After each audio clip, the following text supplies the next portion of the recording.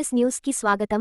కేంద్ర ప్రభుత్వం ప్రవేశపెట్టిన బడ్జెట్లో తెలంగాణ రాష్ట్రానికి ఎలాంటి కేటాయింపులు చేయనందున ఏఐసీసీ ఆదేశాల మేరకు రాష్ట్ర పార్టీ పిలుపు మేరకు టీజీఐఐసీ చైర్మన్ నిర్మల జగ్గారెడ్డి ఆధ్వర్యంలో సంగారెడ్డి జిల్లా కేంద్రంలోని పాత బస్టాండ్ అంబేద్కర్ విగ్రహం వద్ద ధర్నా కార్యక్రమం నిర్వహించారు.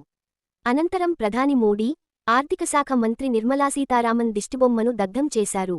ఈ కార్యక్రమంలో Narayankhed MLA Sanjeeva Reddy, CDC chairman Ram Reddy, ఆత్మ కమిటీ చైర్మన్ ప్రభు, ఏఎంసీ చైర్మన్లు రాంచందర్ నాయక్, మైనార్టీ జిల్లా అధ్యక్షులు హబీబ్ జానీ కుమార్, యూత్ కాంగ్రెస్ కార్యదర్శి కూన సంతోష్, బ్లాక్ కాంగ్రెస్ అధ్యక్షులు రఘుగౌడ్, మండల అధ్యక్షులు మోతిలాల్ నాయక్, సిద్దన్న కాంగ్రెస్ నాయకులు హఫీజ్ షేక్ షఫీ, మునిపల్లి సత్యనారాయణ, యాదగిరి కుతుబ్, సునీల్, తాహేర్, కిరణ్ గౌడ్, రాజేందర్ గౌడ్, బబ్బు తదితరులు పాల్గొన్నారు.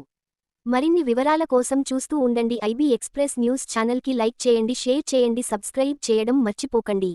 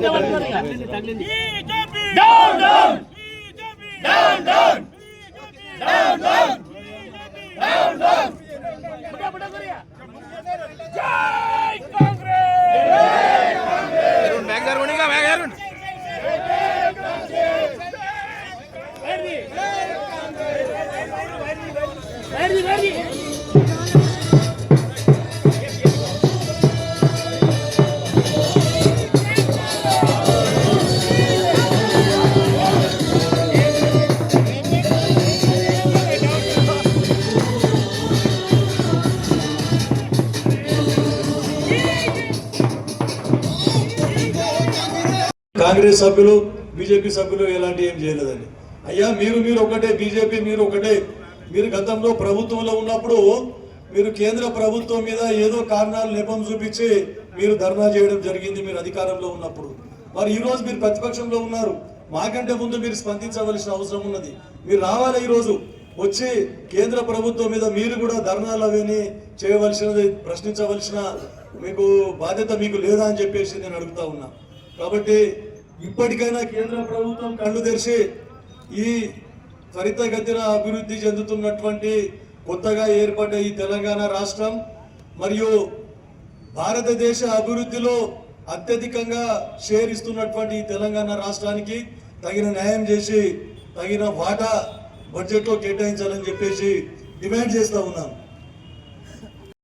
ఊరుకోవద్దనే మన కాంగ్రెస్ ప్రభుత్వం ఆదేశాలు జరిగింది.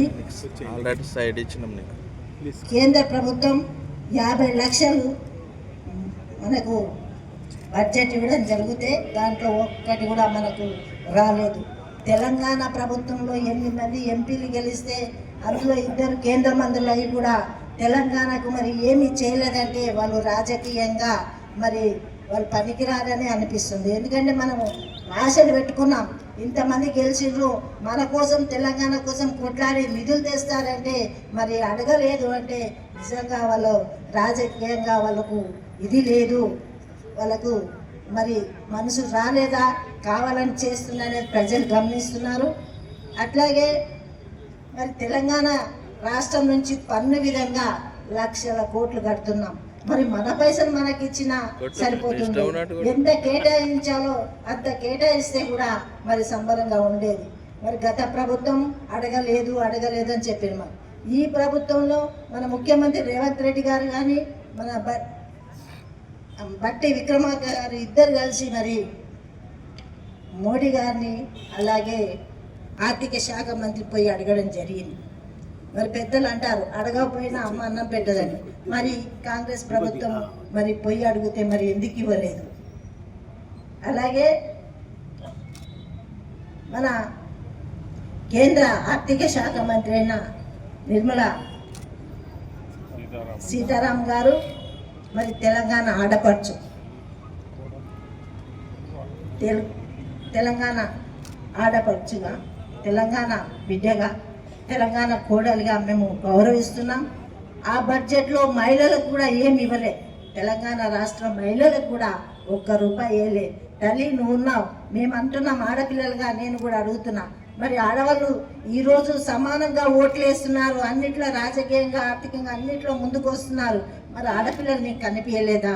ఆడపిల్లలు నీకు ఇది లేదా? నీకు సపోర్ట్ లేదా?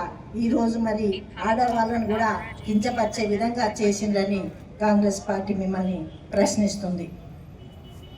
ముఖ్యంగా గత కాంగ్రెస్ ప్రభుత్వం మరి ఏమేం చేసిందో ఒక మనకు కంపెనీలు ఫ్యాక్టరీలు తేవడం జరిగింది.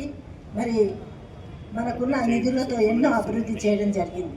మరి 10 ఏళ్ళు పరిపాలించిన బీజేపీ ప్రభుత్వం ఇప్పటి వరకు కూడా ఏమీ చేయలేదు.